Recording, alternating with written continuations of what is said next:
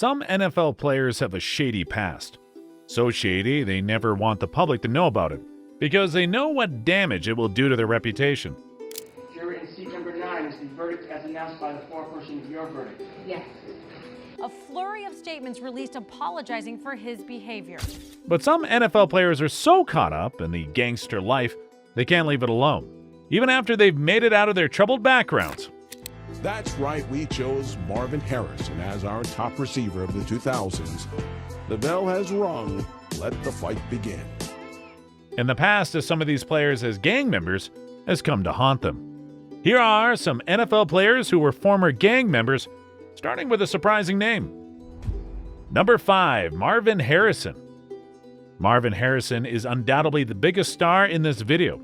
He spent his entire career of 13 years with the Indianapolis Colts, where he won a Super Bowl, was a 2-time reception and receiving yards leader, and became a 3-time All-Pro while donning his iconic number 88. The Hall of Famer had an illustrious career. He set several records which still stand to this day. In the decade, Harrison had 7 consecutive seasons with at least 1,100 yards receiving and set the NFL single-season reception record with 143 in 2002. But things weren't all rosy for Harrison, and even this superstar had a dark side. On April 29, 2008, Dwight Dixon, a convicted drug dealer, was shot after an altercation with NFL star Marvin Harrison. The dispute reportedly stemmed from a weeks-old argument at a sports bar owned by Harrison. Dixon accused Harrison of being the shooter, but the case was anything but straightforward. A few of his close friends. He's probably the most difficult person to athlete to kind of get to know that I've ever done a story on. Philadelphia's district attorney confirmed that the gun used in the shooting matched the model of one owned by Harrison. Yet conflicting witness statements and an unreliable testimony clouded the investigation. Dixon himself initially lied to police, claiming a robbery had taken place, which led to his own conviction for filing a false report. A year later, Dixon was fatally shot in his car. On his deathbed, he alleged Harrison had hired the gunman. Despite this claim, no charges were brought against Harrison, though the investigation resurfaced questions about his connection to both incidents. But while Harrison kept his gangster status well concealed, this next NFL player made it a little too obvious. Number 4, Adam Jones. Adam Jones, better known as Pac-Man Jones, was an explosive quarterback. The Georgia native's stellar college career led him to being drafted 6th overall by the Tennessee Titans, and he went on to enjoy over a decade in the NFL, making the Pro Bowl, first team All-Pro, and all rookie teams during this time there. He had stints with the Cowboys and Broncos, but it was in Cincinnati that he played the longest with the Bengals. That's the number 1 skill you need. Does it right there. We got to be careful. Adam Jones knows it too. But while he was causing plenty of problems for the opposition on the field, off it, he was also problematic. Even as a rookie, he was on probation for getting involved in a fight, and before his first ever game for the Titans, he was arrested. In 2007, he was involved in an altercation at a strip club where he threatened several people, including one of the dancers and a security guard. But that wasn't all. One of Pac-Man's friends brought a firearm into the club premises and fired a few shots, injuring 3 people and damaging property. This morning, he pled guilty to the disorderly conduct charge. The other 2 were dismissed. Jones apologized for his behavior. The judge says Jones will not serve any jail time so long as he avoids any other offenses. Nobody knew that Pac-Man and his entourage were gangsters, but they made it known that they were not the crew to mess with. But Jones' actions did have consequences, and he had to face the music. Aside from paying settlements to the victims, he has been released on multiple accounts by teams because of his run-ins with the law. But ever since he retired, it seems he's left that life in the past because he lives a quiet and earnest life now. He's married with kids and even adopted his deceased friend's kids, and it's highly unlikely he would still be involved in the shenanigans he used to be, given his status as a family man now. Well, Adam Jones doesn't have to worry about his past anymore. This next player got caught after he retired. Number 3, Eric Johnson. Eric Johnson played in the NFL for 6 years and had a career so underwhelming that when he got arrested for gang-related activities, it was a shocker to everyone that he once played in the NFL.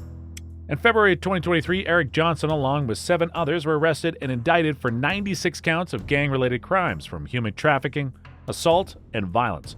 And Johnson wasn't just a member of the so-called Lodo gang, he was one of their ringleaders as well.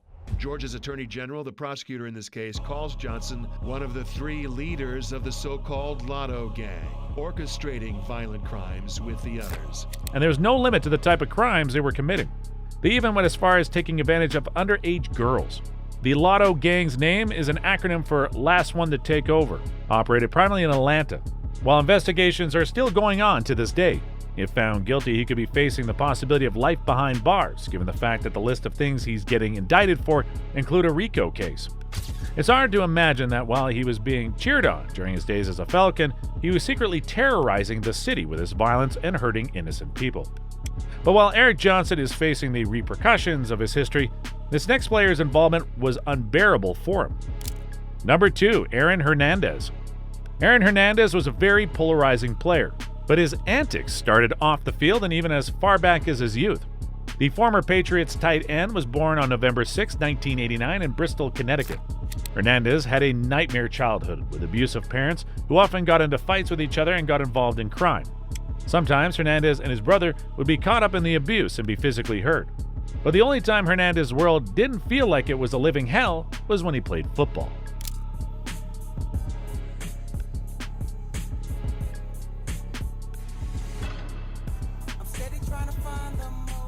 Hernandez's dad wanted better for his 2 sons, pushing them to be good at sports. As much as football was an escape for Hernandez, he couldn't escape the cycle of violence in his family. While in high school, he was involved in gang activity. He was part of the Blood Streak gang, and even when he made it to the NFL after getting drafted in 2010 by the Patriots, he didn't cut ties with them. While he thought being a gang member offered him protection and connections, he would later find out that it would be the cause of his fall from grace. Throughout his playing career, he had been investigated for homicides and gotten into fights, but never prosecuted for them. But that all changed in 2013 following the murder of Odin Lloyd. Hernandez was arrested on suspicion of involvement, and the Patriots let him go. But that wasn't the worst thing that happened to him. Juror in seat number 9 is the verdict as announced by the foreperson of your verdict. Yes.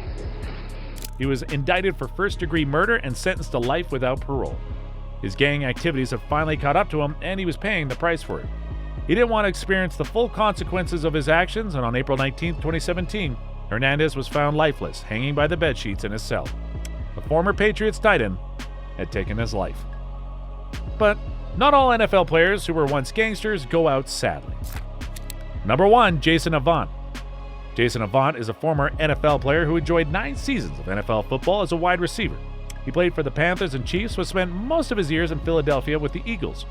Although he never won a Super Bowl or had a Hall of Fame career, making it to the NFL alone was something to be proud of. He's looking that way, got caught as he threw it to the corner. Touchdown, Philadelphia. Avant was born and grew up on the south side of Chicago, a place riddled with crime and gang activity. Both his parents were absent in his life, and it was his grandmother who took care of him. Avant's grandmother was like a beacon of hope to the community, and she did everything she could to keep young children away from violence, especially her little Jason. But despite his best efforts and his exposure to gang life, courtesy of his cousins, who were high-ranking members, Avant started living the life of a gangster before he was even in high school. But his grandmother never stopped praying for him, in hopes he would leave that life behind. While he was playing football in high school, he earned a reputation as one of the most notorious drug dealers in his neighborhood, and even survived getting attacked by a rival gang. It wasn't until he got to college in Michigan that he really left the gang life after seeing what football could do for him. And by the time he got drafted, his gangster past was far behind him. But leaving that lifestyle was not enough. He wanted to atone for all that he did, and the first thing he did was become a devoted Christian. And that's something he's very vocal about.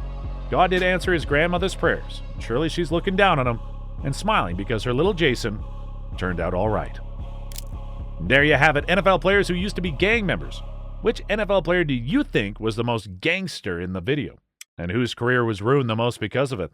Let us know all your thoughts in the comments section.